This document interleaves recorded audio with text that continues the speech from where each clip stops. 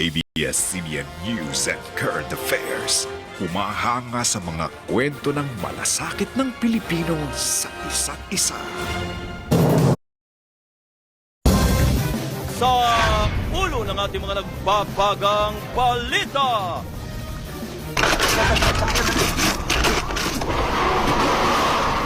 Mga nasugatan sa lindol sa Mindanao, halos 400 na.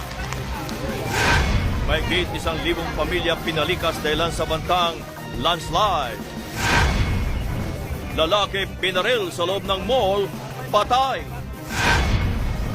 Truck sumalpok sa Lamay, 3 ang patay. Singil sa kuryente, nagbabadyang tumaas.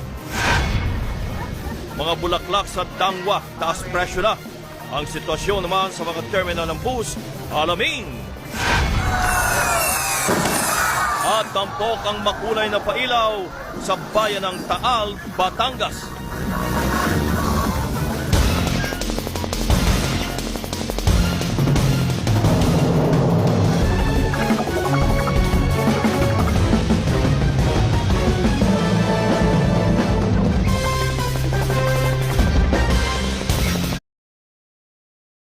Live mula sa ABS-CBN News Center, Manila.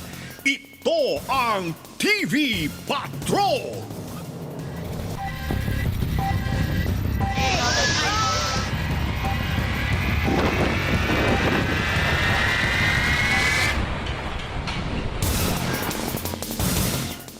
Bayan, pinadapa ng super bagyong Yolanda ang maraming probinsya sa Visayas mula nang ito'y maglandfall kaninang madaling araw sa may Giwan, Eastern Samar.